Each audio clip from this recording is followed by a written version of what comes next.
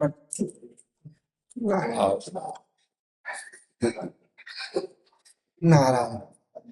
नारायण नारायण। बड़ी लालसा लगी थी आपके दर्शन के लिए। आप दर्शन देने आए। काफी दिनों से 40 साल के बाद में आपके दर्शन क्लास करके आए। काशी बाबा विश्वनाथ नारायण नारायण।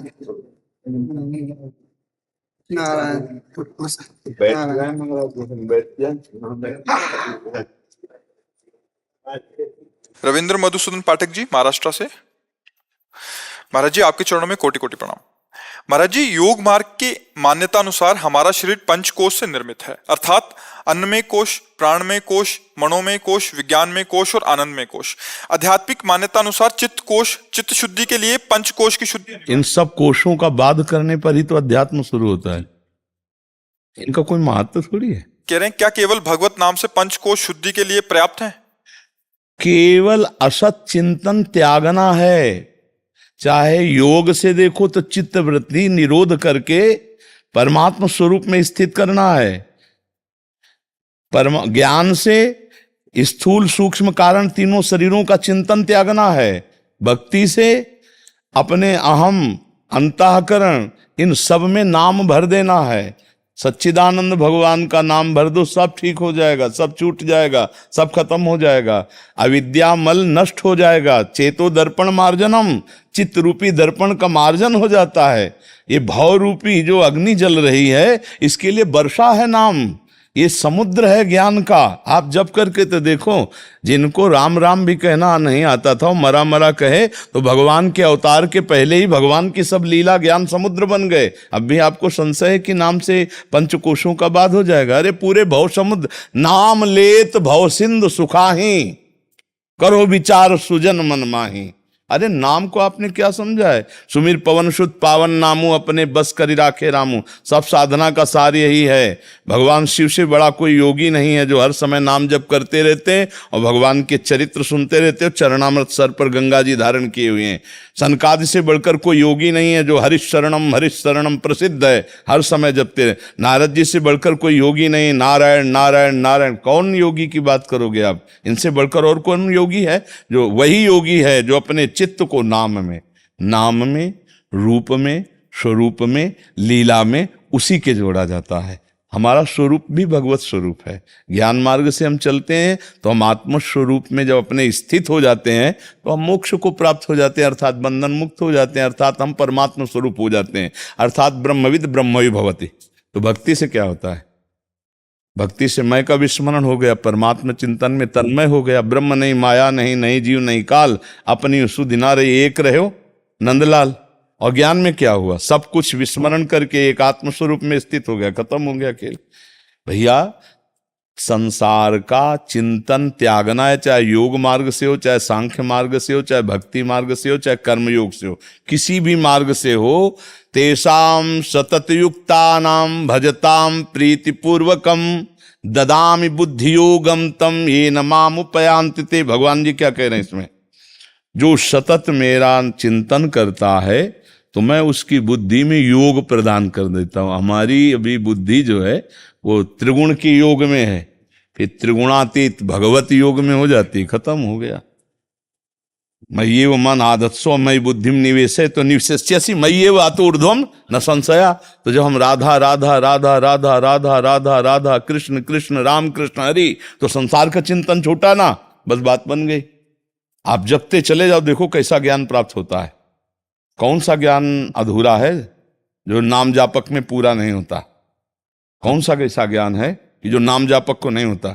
चाहे जिस मार्ग से आप आओ, आना तो वही है, घाट कोई, लेकिन स्नान तो उसी दरिया में करना है। चाहे आप ज्ञान घाट से आओ, चाहे आप योग घाट से आओ, चाहे आप भक्ति घाट से आओ। जिसे ज्ञानी ब्रह्म कहते हैं, योगी परमात्मा कहते हैं, भक्त भगवान कहते हैं, प्रेमी लाडिले लाल कहते हैं, वही तो है। दूसरा कोई है क्या? एक के सिवा कोई दूसरा है क्या? तो बस इन पंचकोशों का कोई महत्व थोड़ी, इनको तो बाध करना है। तो नाम जब करते हुए जब सब कुछ विस्मरण हो जाता है तो पंचकोशों का अभी तो स्वाद ही नहीं आया, ना नशा नहीं आया, ना। आज यही कलयुग का मलिन भाव है कि साधारण क्रियाओं में तो विश्वास हो जाएगा लेकिन नाम में विश्वास नहीं हो, इसलिए आध्यात्मिक उन्नति नहीं है। और हर समय तुम नाम जप करो, वादा करते हैं कोई स्थिति बकाया रह जाए तो मुझे बताना, कुंडलनी जागृत हो जाएगी जो योग से जागृत होती, षट चक्रों का भेदन हो जाएगा, ब्रह्मबोध हो जाएगा, तत्वबोध, प्रेम की प्राप्ति हो जाएगी, सब कुछ हो जाएगा नाम जप के। तो देखो सन्यास मार्ग निराकार की उपासना है, लेकिन नारायण नारायण नारायण, ओम नमो नारायण, तो बोले नारायण नारायण नारायण, तुम भी नारायण ही हो, नारायण नारायण नारायण। जब क्या हो रहा है, नमो नारायण नमो नारायण, हे नारायण मैं आपको नमस्कार करता हूं। और फिर प्रणव जप, तो प्रणव क्या है, नारायण ही तो है, हरि ही तो प्रणव है, प्रणव ही हरि है। बिना जप के, बिना नाम जप के कहीं भी किसी भी मार्ग में उन्नति नहीं है, चाहे जो कर लो, स्थिति नाम जप से ही आएगी। अच्छा, आप अपने लोग क्या है कि पढ़ी लिखी और अनुभूति दोनों बातें कह रहे हैं कि बचपन से लेकर अभी तक हर बात को देखते चले आ रहे हैं। ऐसा नहीं कि अपने लोग शास्त्रीय पद्धति से अनुष्ठान नहीं किए, साधना नहीं किए, नहीं, बचपन में ही नैष्ठिक ब्रह्मचर्य में गायत्री पुरस्चरण अनुष्ठान, 108 कुशा का मुट्ठा, यहाँ भी पवित्री, यहाँ भी पवित्री, मूंज की मेखला, ब्राह्मण कुल में जन्म हुआ था तो फिर गायत्री अनुष्ठान, फिर महावाक्य, फिर संन्यास।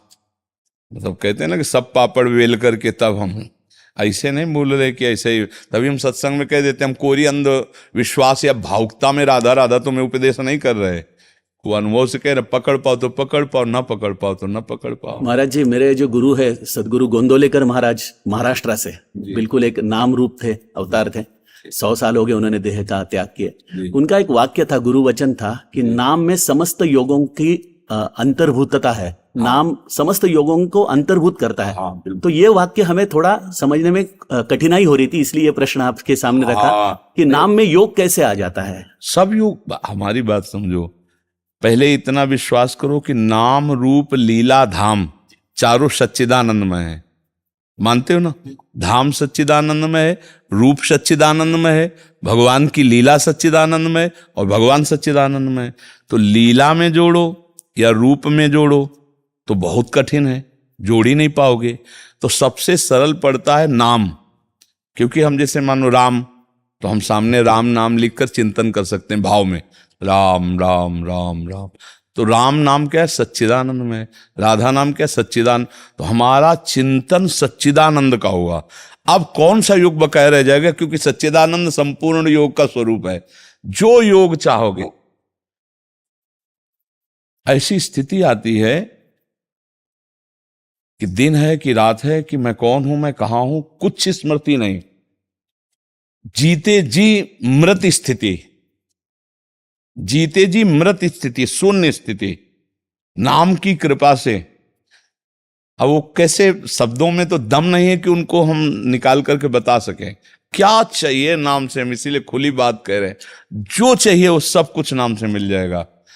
अच्छा, तत्वबोध ऐसे दिखाई देता है, शरीर जैसे तुम्हारा अलग दिखाई देता है, ऐसे हमको हमारा शरीर अलग दिखाई देता। अच्छा, अलौकिक ढंग से देखो, कुछ यहां किसी को कुछ नहीं कि ऐसे लेव जंतुर या कुछ नहीं, और लाखों का परिवर्तन हो रहा है। किससे हो रहा है? केवल नाम। ये कोई झांसा नहीं है, ये कोई ड्रामा नहीं, कोई नाटकबाजी नहीं। कभी किसी से नहीं कहते जा तुम्हारा कल्याण हो जाएगा, जा आशीर्वाद, कभी नहीं शब्द निकलेगा। आशीर्वाद मांगो तो डांट और मिल जाएगी। नाम जप करो, क्या आशीर्वाद मांगोगे, गिया रहे हो। नाम जप करो, दूसरों को आशीर्वाद देने की सामर्थ्य तुम्हें खुद आ जाएगी। नाम जप करो, ऐसे बात यहाँ होती। अगर कोई कुछ लेके भी आता है ना, मान लो संत हो या कोई भगवत पार्षद है, तो बात अलग है। अगर ऐसे जनरल में कोई लेके आवे ना, तो दोबारा वहीं गेट ऐसे निकल, दोबारा यहाँ लेके नहीं आएगा, ऐसी डांट लगेगी। ऐसा नहीं। तो हमारा उद्देश्य जो सफल हो रहा है कि जगत मंगल हो, वो किसके बल से हो रहा है? नाम के बल से तो हो रहा है। आज जो हम तुम्हारे सामने गरज रहे, नाम के बल से तो गरज रहे। आज तुम जो हमारे सामने बैठे हो, नाम के बल से ही तो खिंच के आए हो। तो कौन सा योग ऐसा है जो नाम से पूर्ण नहीं हो सकता? हम तो आप सच्ची मान लो, जो नाम जप नहीं कह रहा, बाहर कुछ भी हो, कुछ भी, विश्राम अंदर नहीं है, और कुछ बाहर से ना करो और अंदर से रामकृष्ण विश्राम मिल जाएगा, परम विश्राम मिल जाएगा। हाँ, आप विश्वास कर लो, परम विश्राम मिल जाएगा। आपके दर्शन से, आपके संवाद से इतनी नाम में पुष्टि आती है, नाम में बहुत पुष्टि आती है, हमें साधना को बहुत शक्ति आती है आपके दर्शन से, आपके वचनों से। बस हाँ, हमारा जीवन इस नाम है, इस समय नाम, प्रारंभ नाम, मध्य नाम और अंत नाम, हमारा जीवन नाम, हमारे हर प्रश्न का उत्तर नाम है।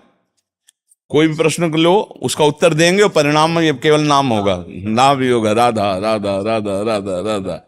और ये बिल्कुल डंके की चोट में कहते हैं कि इस लोक और परलोक को दोनों को अधीन करने की सामर्थ्य नाम में है, भगवान को अधीन करने की है। और तो योग तो उनके लिए किया जाता है। सुमिर पवन सुत पावन नामू, अपने बस करी राखे रामू। बक्का नाम नाम नाम, कुछ दूसरा नहीं मानना। केवल पैर तोड़ने का नाम आसन नहीं कि पद्मासन सिद्धासन लगा के योग करे, इसका नाम केवल योग नहीं। चित्तवृत्ति कहाँ है? अगर मान प्रतिष्ठा कहीं भी चित्तवृत्ति तो संसार में तो है ना। तो बस हमें प्रभु को प्राप्त करना है तो चित्तवृत्ति प्रभु में लगानी है।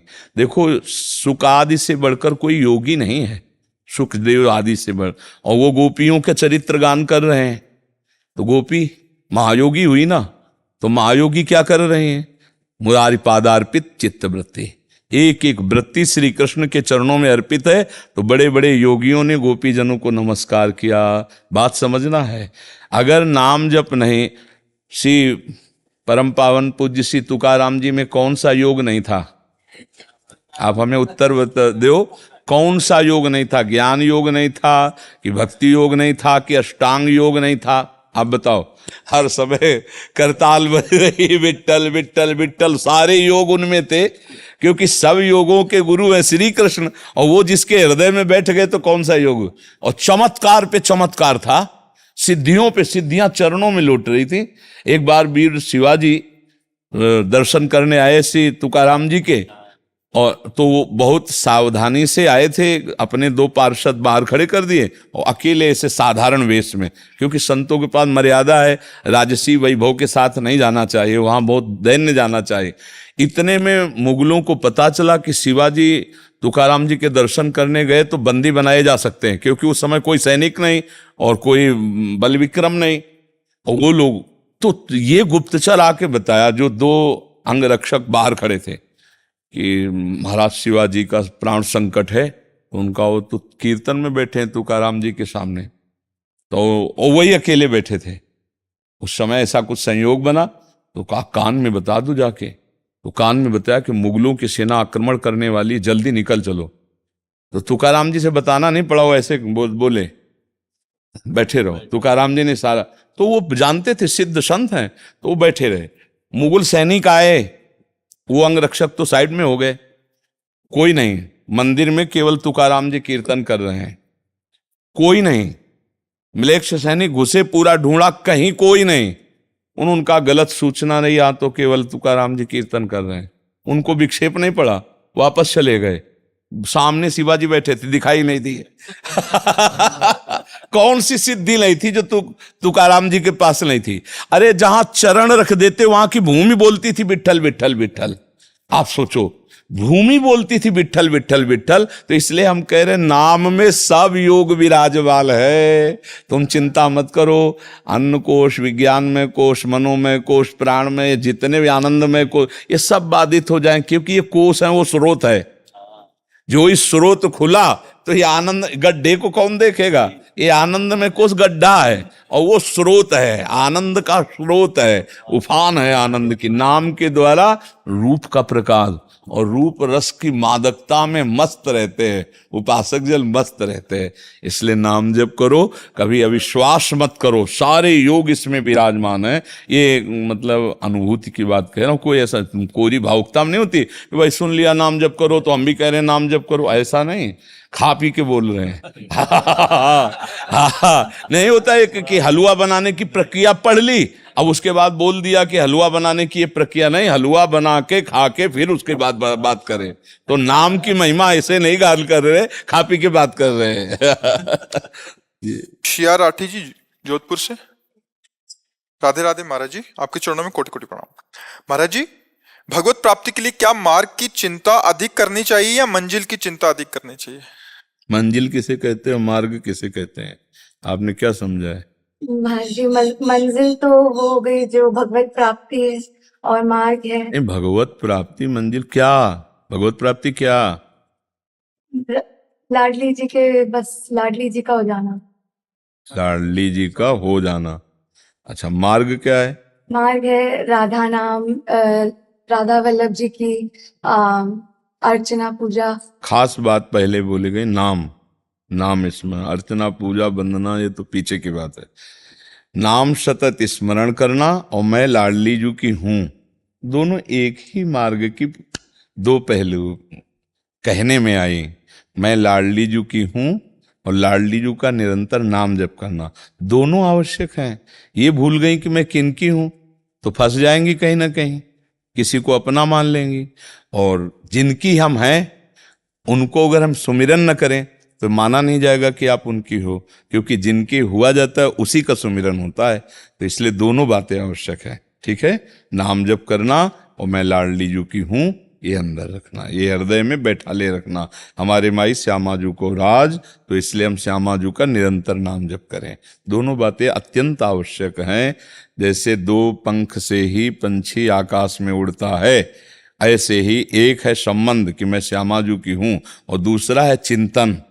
तो दोनों से ही हमारी भक्ति पुष्ट होती है, संबंध और चिंतन। तो जिससे संबंध है तो अन्य संबंध ना होने पाए, और जिससे संबंध है उसी का चिंतन होने पावे।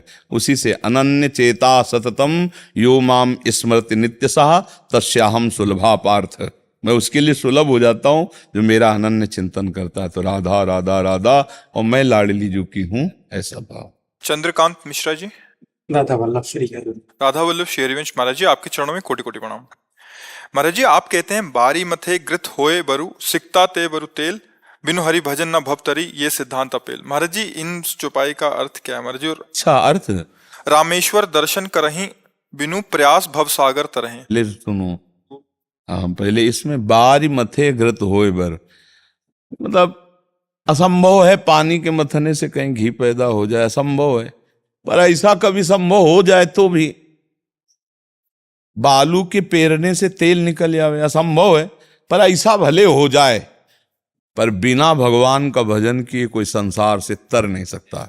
गोस्वामी जी कह रहे हैं कि ऐसा हो, ये एकदम असंभव है कि पानी के मथने से घी निकल जाए, बालू के पेरने से तेल निकल जाए। बोले ऐसा असंभव भले संभव हो जाए, लेकिन बिना भगवान का भजन किए, हरि भजन किए, कोई संसार समुद्र से पार नहीं हो सकता। बारी मथे घृत होए बर, सिकता ते बरु तेल, बिनु हरि भजन न भवतरी, या सिद्धांत अपेल, विनिश्चितम बदामि तेन अन्यथा वचांश में। निश्चित बात मैं कह रहा हूं, अन्यथा मत मानना। हरि का भजन किए बिना संसार समुद्र से पार नहीं हुआ जा सकता, ये बात है। तो जो रामेश्वर दर्शन करहीं, बिनु प्रयास भव सागर तरहीं, इस चौपाई का क्या ताल्लुक है? क्योंकि आपने कहा नाम को, नाम कह दिया, नाम से बिना हो ही नहीं सकता। हाँ, तो रामेश्वर के दर्शन कर सकते हो तुम? एक बार रामेश्वर के, नहीं, रामेश्वर के दर्शन कर आए तुम? नहीं हम नहीं, जो भी नहीं, कर ही नहीं सकता बिना नाम के। जय हो। क्योंकि वो नेत्र कहां से प्राप्त होंगे? नेत्र कहां से प्राप्त? एक बार राम के ईश्वर का दर्शन कर लो तो तुम्हारा काम बन जाएगा। तो देखने वाले नेत्र तो होने चाहिए। ये तो पांच भौतिक नेत्र हैं, मायाकृत नेत्र हैं, इनसे रामेश्वर के दर्शन कैसे कर सकते हो? इसीलिए नाम जप करो तो तुम्हारे प्रेम नेत्र खुलें, ज्ञान नेत्र खुलें, तब तुम उनके दर्शन कर पाओगे। इसीलिए हम कह रहे नाम जप करो। नहीं, हाँ, आ जाओ बिहारी जी के दर्शन करिए और भला हो जाए बिहारी जी के दर्शन। एक बार बिहारी जी के दर्शन होने के बाद जित देखूं तित श्याममयी है करके आओ, भला हो जाए तो हमें बताना।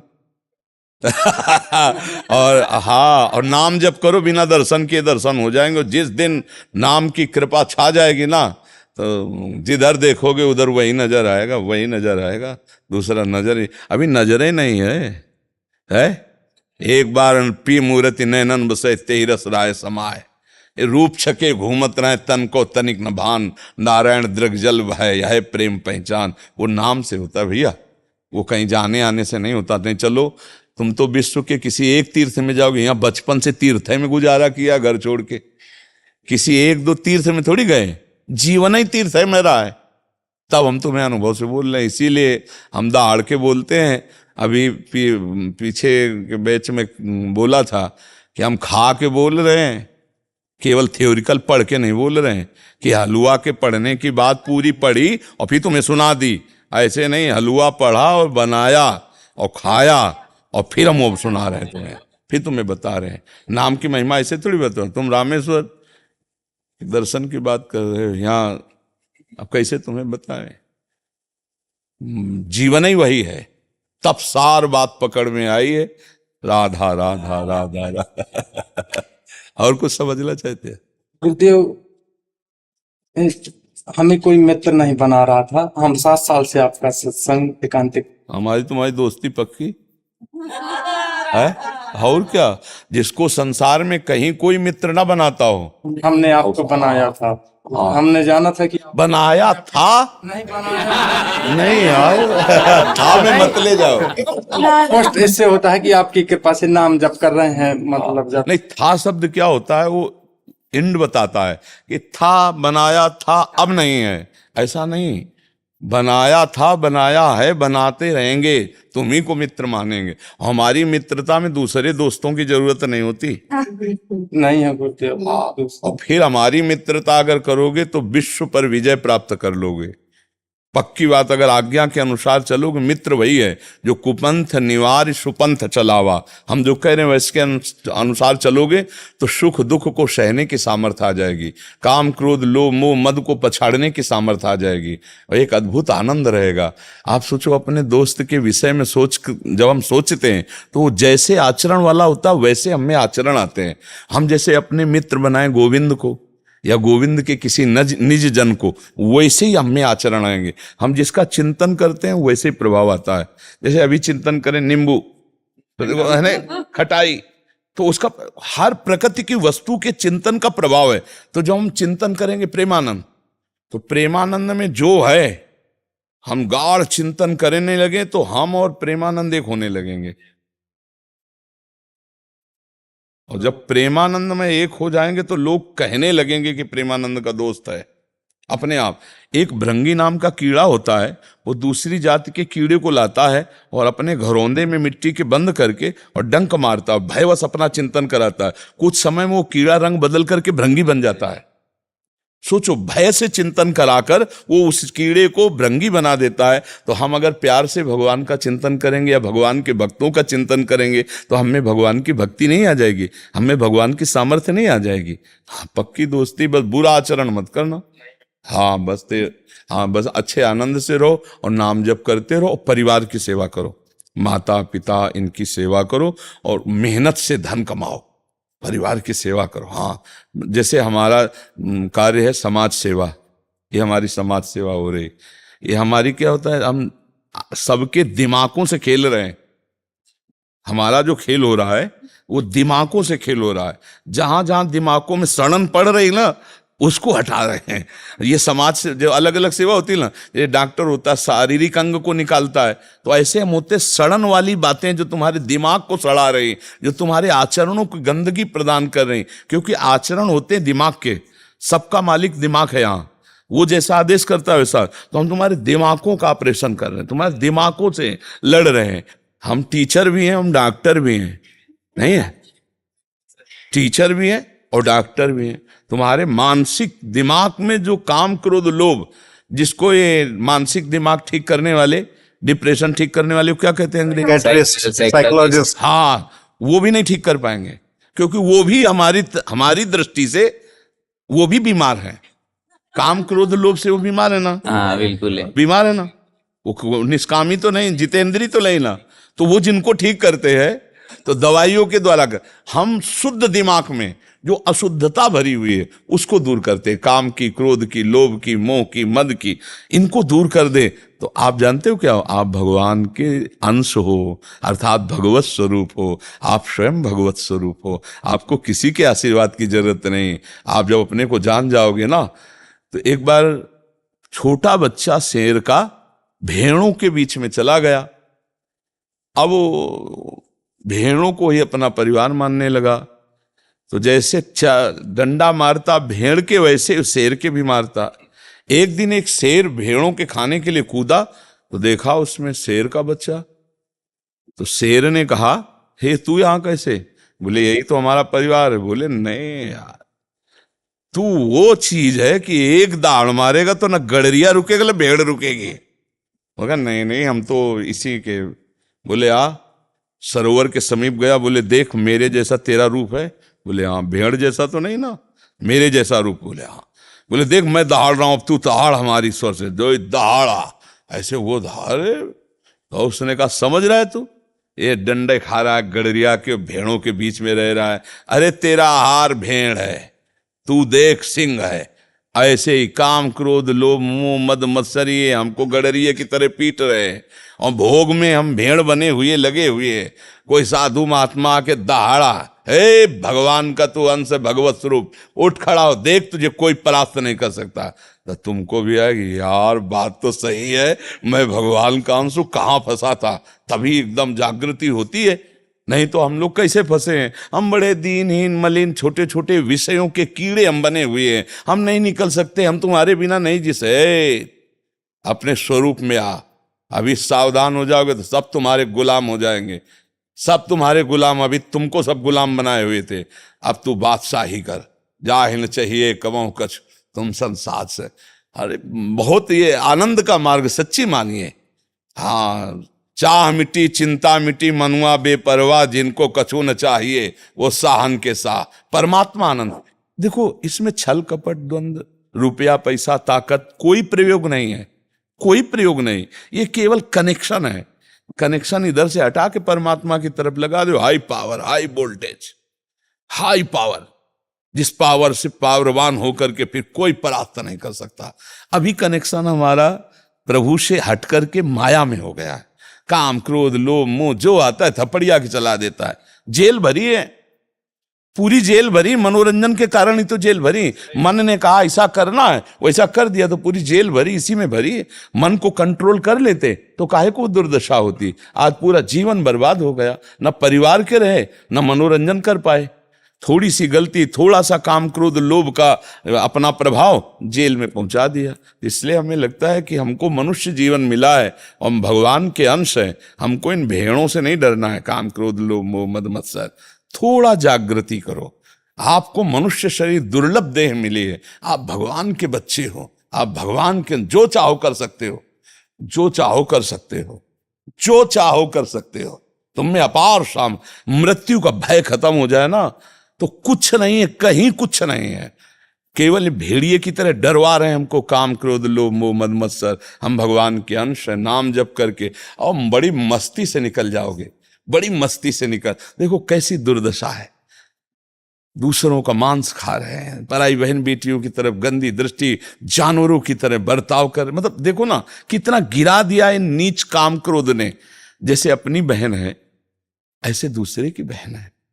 वो छोटी बच्चियों को उठा ले गए, बलात्कार किया, मार डाला, ऐसे आचरण के तेल डाल के आग लगा दी। तुम सोचो, तुम एक दिया सलाई लगा के अपने देखो, यहाँ तुमने पूरा शरीर उसका रौंदा, इसके बाद जला दिया।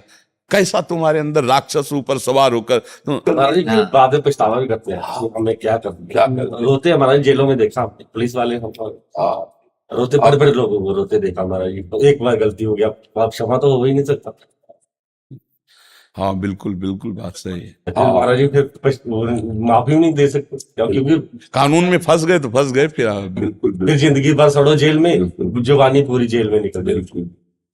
इसीलिए हम कह रहे माइंड को अगर हम शुद्ध कर लिए। खास करके हमारे छोटे छोटे बच्चे हैं ना, जो वे बिल्कुल ही 14-15 साल के बच्चे हैं, माँ बाप ने बड़े बड़े मोबाइल लेके दे दिए, ठीक है, फिर हम देखते हैं गंदी बातें, और फिर वो गंदा वही जो आजकल हमारे नशे चले हुए, टीके लगाते हैं बच्चे, इतने इतने बुरे। पंजाब चले जाओ, हमारे जम्मू कश्मीर में चले जाओ, अभी थोड़ा प्रभाव पड़ा हुआ है, लेकिन हमारा जी वो नई पीढ़ी है ना, बिल्कुल ही चोरियां कर रहे हैं। वैसे हम हर एकांतिक में घुमा फिरा के हम ये चर्चा कर ही देते हैं कि हमारी बात लाखों तक पहुंचती है तो हमारे भाईजन सुने, अपने बच्चों को संभाले, नौजवान। वैसे काफी परिवर्तन भी हो रहा है, खास करके आपका शासन काफी परिवर्तन हो रहा है। नौजवान भाई लोग जी आपकी वार्तालाप की वजह से बहुत हो रहा है। हमारा बेटा जर्मनी में है, वो आपकी सुन के ही वो वहां पे रह पा रहा है। वो बोल रहा है कि मैं महाराज जी की ही सुनता हूँ और उन्हीं की सारी स्मरण करता हूँ, सारी बातें। नहीं, हम श्री जी से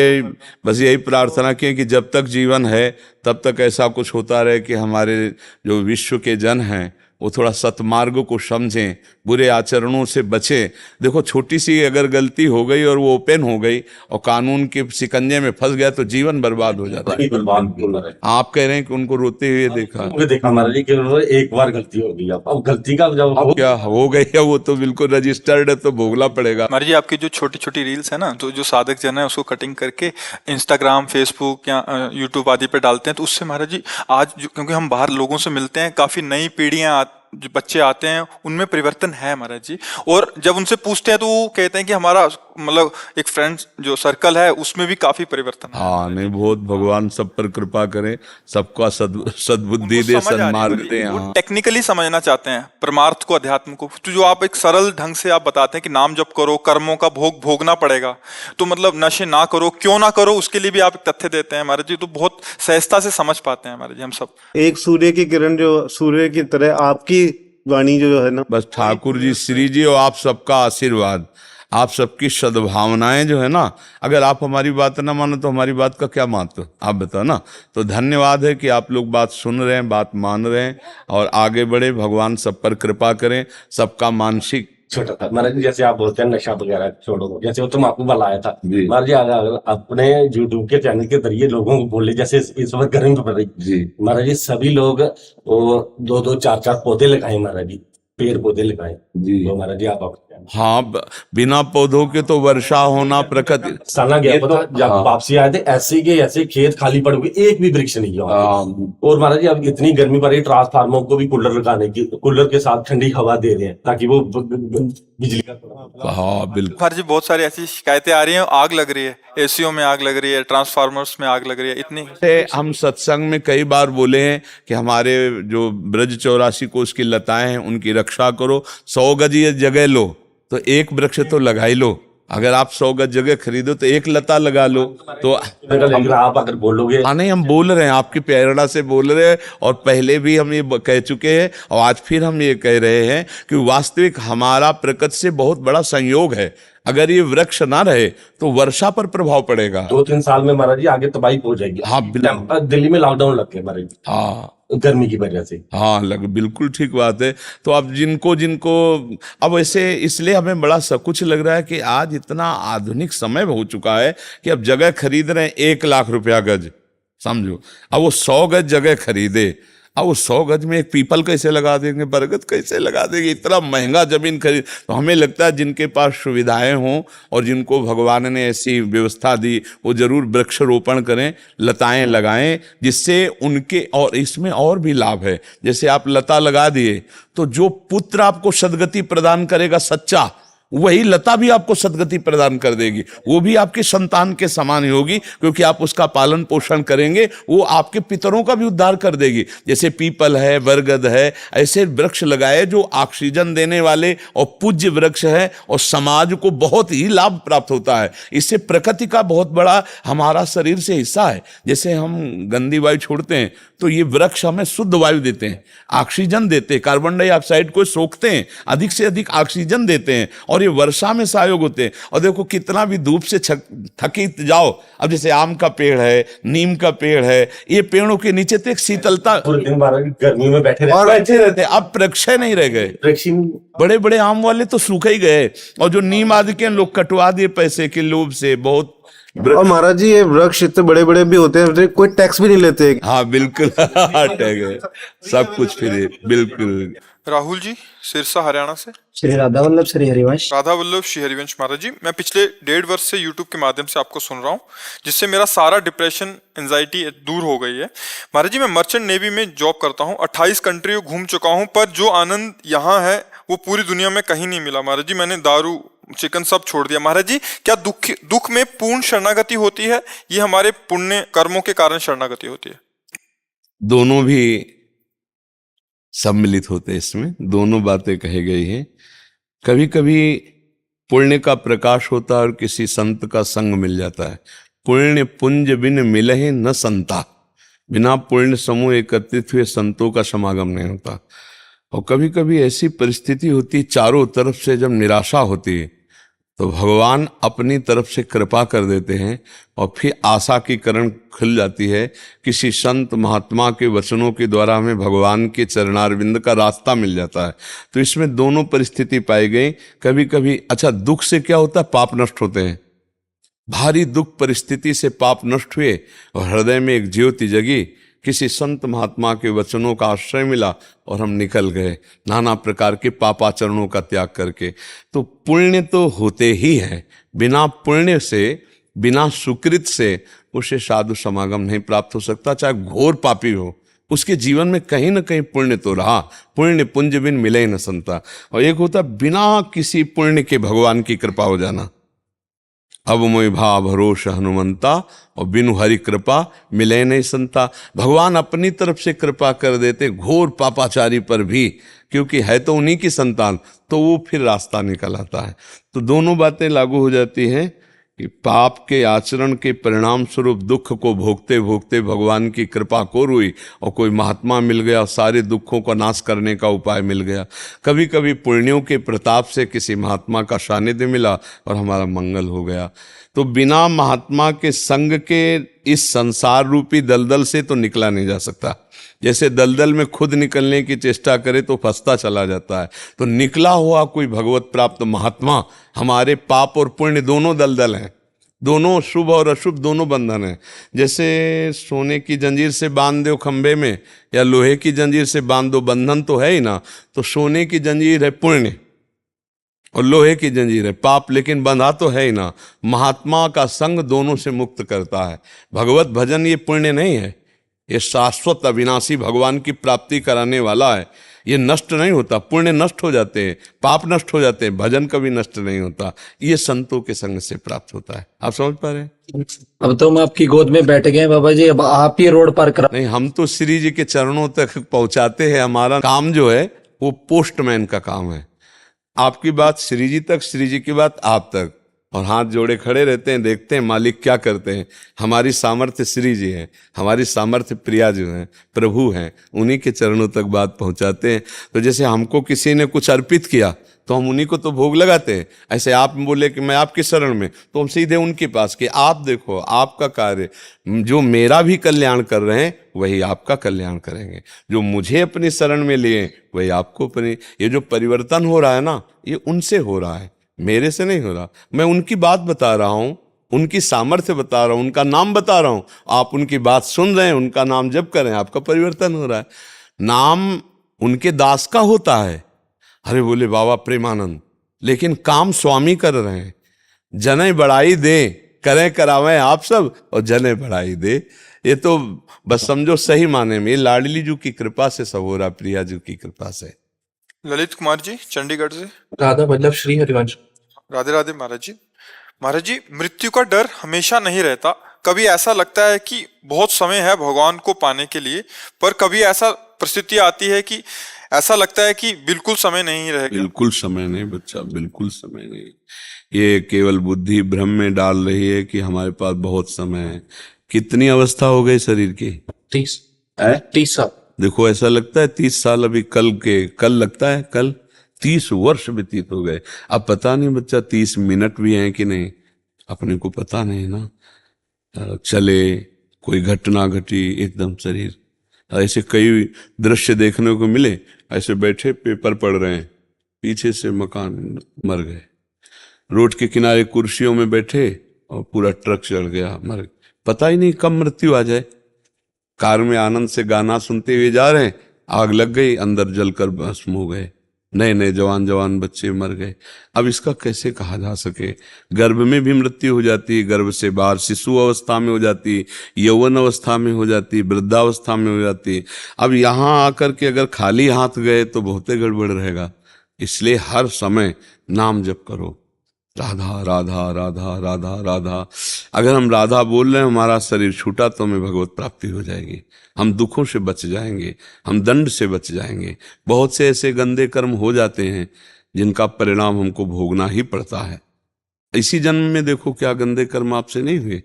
जब अपने लोग खुद न्याय करें अपना, तो सर नीचा हो जाएगा कि हमसे गलतियां हुई हैं जो नहीं होना चाहिए, बहुत गलतियां हुई हैं। अब उन गलतियों का प्रायश्चित करने का समय है, फटाफट प्रायश्चित कर लें। नाम जप, दूसरों की सेवा, माता पिता की सेवा, परिवार की सेवा, नाम जप करते हुए करें, सब पाप नष्ट हो जाएंगे और भगवान की कृपा प्राप्त हो जाएगी। और मृत्यु बड़ा भयावह है, आखिरी शब्द। चाहे जितनी बातें बनाओ, मृत्यु शब्द से भय आ जाता है। जैसे शरीर के किसी अंग की हानि की रिपोर्ट आ जाए कि आपका किडनी फेल, आपका दिल खराब हो रहा है, आपके यहाँ जो फेफड़े हैं वो खराब, कुछ भी, होश खराब हो जाएंगे। क्योंकि मृत्यु की सूचना देने वाले होते हैं ना कि अब दिल खराब, इसका मतलब कभी फेल हो सकता है। कभी कभी स्वस्थ पुरुष 1 मिनट में मर जाते हैं, नहीं मर जाते, नाचते नाचते मर जाते हैं। तो मृत्यु तो कभी भी आ सकती है, इसलिए सावधान रहना चाहिए। और यहाँ कोई तुम्हारे साथ नहीं जाने वाला। अभी शरीर छूटने का नंबर आ जाए तो कौन साथ जाएगा बताओ? आप ही तो अकेले होंगे ना। यात्रा में तो कोई नहीं होगा ना। उस समय यहाँ का बैंक बैलेंस भी नहीं जाएगा। आपने जो पाप कर्म किए या पुण्य कर्म किए वो भोगने के लिए आपको, और अगर नाम जप कर लिया तो दोनों से बच जाओगे। पाप और पुण्य दोनों से बचकर भगवान को प्राप्त हो जाओगे, भगवान की कृपा प्राप्त हो जाएगी। इसलिए मरने का भय अच्छा है, जो हमको पाप से बचाता है। मरने का भय बहुत अच्छा होता है, वो आदमी को बहुत ऊंचाई पर चढ़ा देता है। एक बार निश्चय कर लो कि बस इस जन्म में मुझे पाप कर्म नहीं करना, भजन करके भगवान को प्राप्त होना है, और पता नहीं कब शरीर छूट जाए। इसलिए अभी से राधा राधा जपना है, बढ़िया महात्मा हो जाओगे। घर गृहस्थी में रहते हुए पैंट शर्ट में महात्मा हो जाओ, महान आत्मा। पर अपने लोग ऐसी सोच विचार निरंतर नहीं रख पाते, इसलिए गड़बड़ हो जाता है। समझ पा रहे आप? निरंतर नहीं रहती सोच। हाँ, निरंतर इसलिए नहीं रहता कि शरीर स्वस्थ है, मन भोगों में लगा है। इसलिए अभी कोई ऐसी रिपोर्ट आ जाए, फिर देखो कैसा मन लग जाएगा। रिपोर्ट आ जाए तो अभी मन लगने लगेगा कि यार पता नहीं क्या हो जाए। अब जैसे अपने लोग हैं ना, तो हर समय बिल्कुल ये अलर्ट मोड पे रहते हैं, न रात में चैन न दिन में चैन। रात में उठ के बैठ जाओ, नाम जप करो, मंत्र जप करो, पता नहीं कब बुलावा आ जाए। कमा लो, कमाने आए हो। जैसे विदेश से अपने देश लौटना हो तो यही नहीं होगा कि यार ज्यादा फंसाओ, नहीं फंसाना, नगद तैयार करो। जितना नगद तैयार, अब यहाँ जमीन मकान खरीद के करोगे क्या? यहाँ से तो जाना है, तो नगद तैयार करो। तो नगद क्या है? राधा राधा राधा राधा, और सब यहीं रह जाएगा। बैंक बैलेंस, मित्र, पुत्र, परिवार, सब यहीं रह जाएगा। जाएगा तो केवल राधा राधा राधा राधा, ये तुम्हारे साथ जाएगा। अब वो भगवान से प्रार्थना करो कि आपकी बुद्धि शुद्ध कर दें, भजन में मन लगने लगे, फिर मृत्यु का भय खत्म हो जाता है। जब भजन होता है तो फिर मृत्यु एक खिलौना लगती है। जैसे अपने लोगों को कहते हैं कि अब जाना है, प्रिया प्रीतम के पास जाना है, जिनका हम जीवन भर भजन करते रहे, जिनके लिए तड़पते रहे, हमको उनके पास जाना। शरीर छोड़ा, अपने प्रभु के पास गए। तो मरने से सब जग डरा, मेरो मन आनंद, कब मरी हो कब भेटी हो पूरन परमानंद। कब शरीर छूटे हो मैं अपने प्रभु से मिल जाऊं, ये आनंद का तो मृत्यु भयावह नहीं रह जाती। पर इतना भजन हो जाए कि प्रभु प्यारे लगने लगे। अभी संसार सब अच्छा लगता, प्रभु पराये से लगते हैं, नहीं लगते? भगवान कोई होंगे ऐसा लगता है, और ये सब लगता है सत्य है, और जबकि ये सत्य नहीं, वही सत्य है। यही माया भ्रम पैदा किए हुए। नाम जप करो, भगवान का गुण लीला गाओ, उनकी लीला गुण सुनो, इससे बुद्धि शुद्ध हो जाती है जी। अशोक निम्बोला जी। राधे राधे महाराज। राधे राधे महाराज जी। महाराज जी, यूट्यूब के से लगभग 6 महीने से आपका सत्संग और एकांतिक वार्तालाप सुन रहा हूं।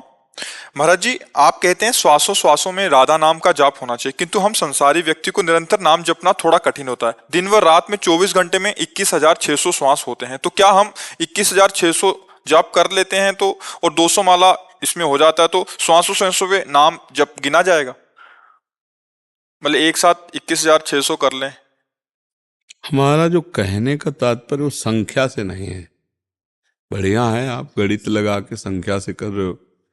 मान लो आप जिस समय प्राण निकलने का समय है और संख्या आपकी पूरी हो गई पहले, और उस समय आपका चिंतन किसी विषय का चल रहा है, स्त्री पुरुष, मकान, धन, कोई वस्तु, व्यक्ति, स्थान का, तो आपकी सदगति में बाधा हो जाएगी ना।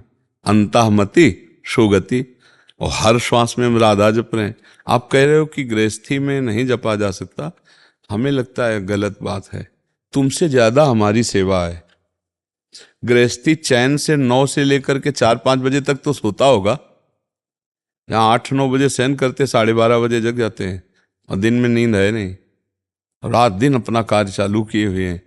कितना गृहस्थी में 4 लोग होते होंगे ना, यहाँ 40-50 हजार तो सुबह खड़े होते हैं रोड में केवल, और सबसे आंख मिलाना है। इतने दृश्य देखने के बाद एक भी फोटो किसी की नहीं होनी चाहिए।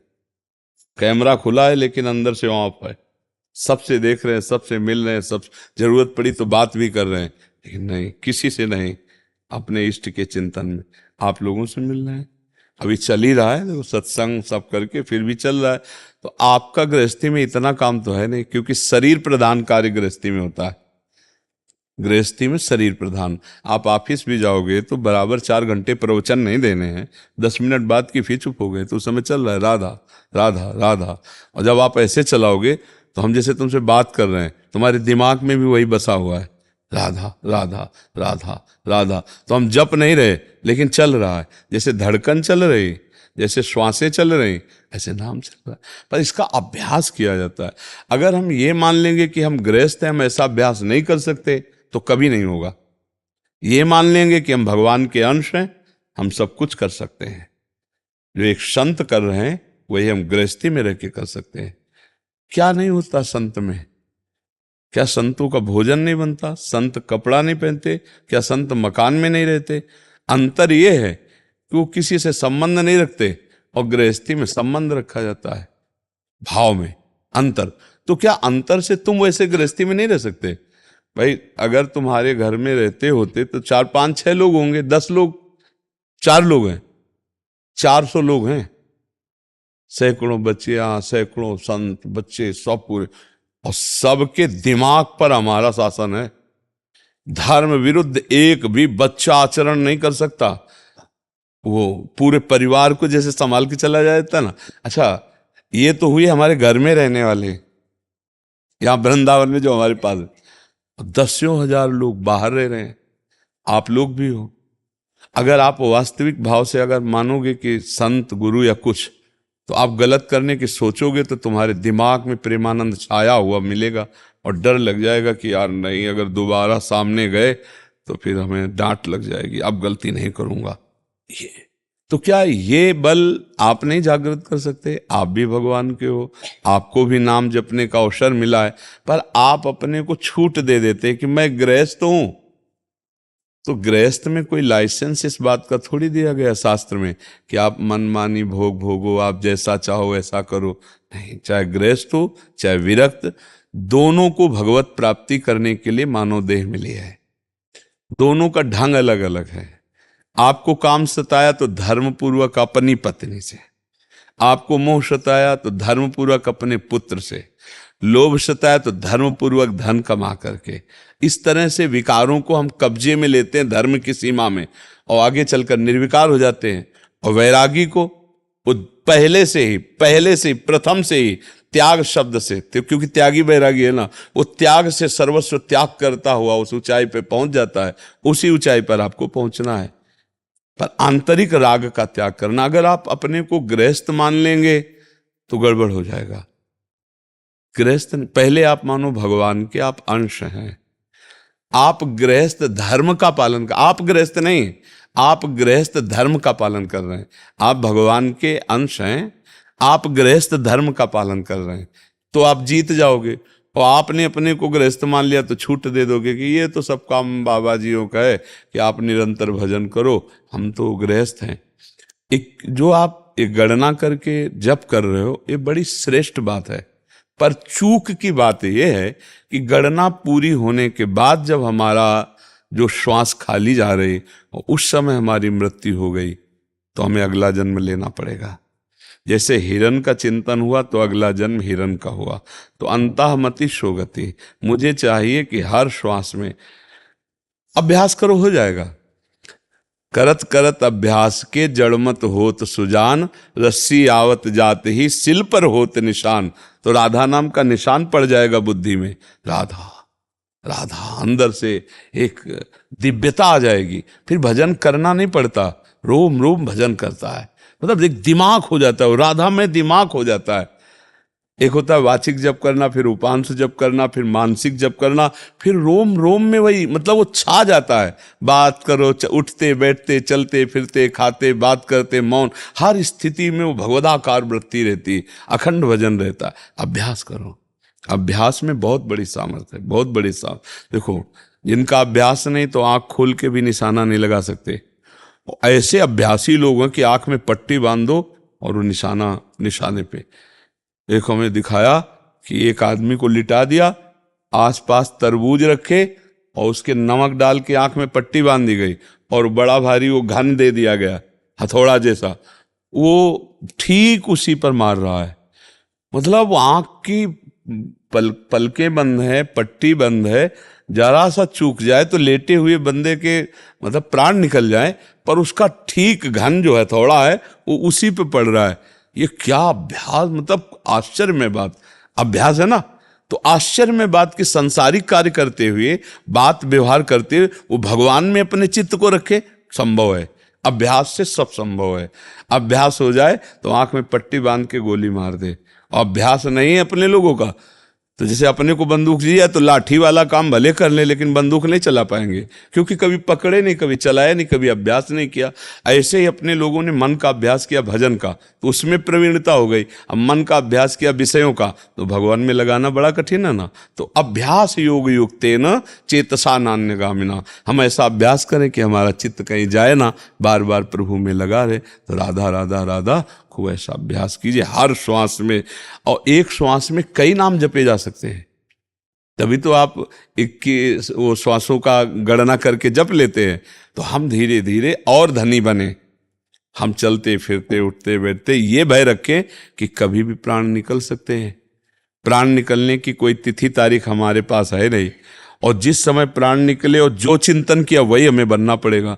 तो हम राधा राधा बोलते रहे तभी काम बन। अंतिम श्वास में नारायण निकला अपने पुत्र के बहाने तो परम पद का अधिकारी हो गया। तो हम इतना बड़ा घाटा ना सहें, अब मनुष्यों ने हमारी व्यर्थ ना जाए, हम हर समय नाम जपने का अभ्यास करें। पूर्णता तो भगवान की कृपा से होती है, पर हम प्रयास हम करें। प्रयास में पूरा हमारा बल लगा के तो कृपा भी भगवान की पूरी होगी और वो हमारा उद्धार कर देगी पक्का। हम कायरता न करें तो भगवान की कृपा की कमी नहीं। जासु कृपा नहीं कृपा आघाती, जिसकी कृपा करते करते कभी आघाती नहीं, ऐसी भगवान की कृपा है।